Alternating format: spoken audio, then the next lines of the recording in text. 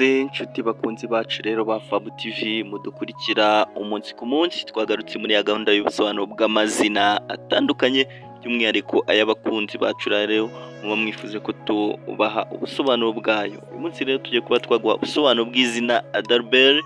Witwa Adalbert uze kutwandikira muri comment tubwire uburyo wabyumvishe. Nyamuna niwumva bikunogeye ntiwibagirwe gukora ikintu cyitwa like cyangwa se ngo utwandikire muri comment, ni iby'agaciro. Uyumva ukigendera, nyamuna ntabwo ari sawa cyane, ujye utubwira uburyo wabyumvishije. Naba ari sawa okay, naba utanyuzwe nabyo utwandikire muri comment, ubundi tujye tubana umunsi ku munsi. Cunga neza urebe ko wakanze subscribe, nusanga utarayikanze ubanze uyikande kugira ngo ujye ubana natwe 5 kuri 5, ubusobanuro bw'amazina atandukanye bukugereho ku gihe na utagombye gusacinga.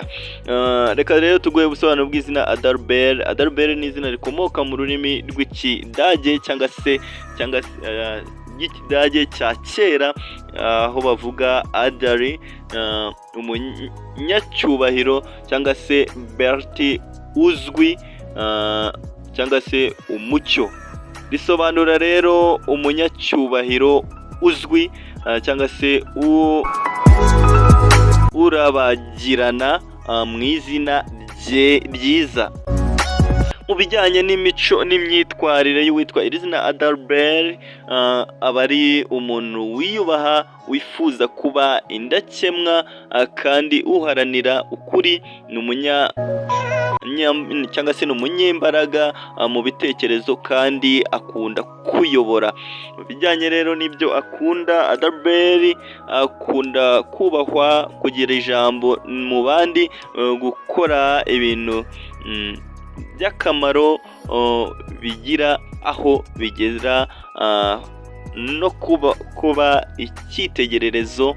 Bijyanye rero n'ibyo yanga gusuzugurwa, kutitabwaho, amakosa asubirwamo no gucibwa intege. Mu bijyanye n'inzozi witwa Adalbert akunda kugira inzozi zo kubaho asize umurage mwiza, kugira ubuyobozi bwiza cyangwa se ibikorwa bimuranga, no kuba icyitegererezo mu muryango n'abamukikije.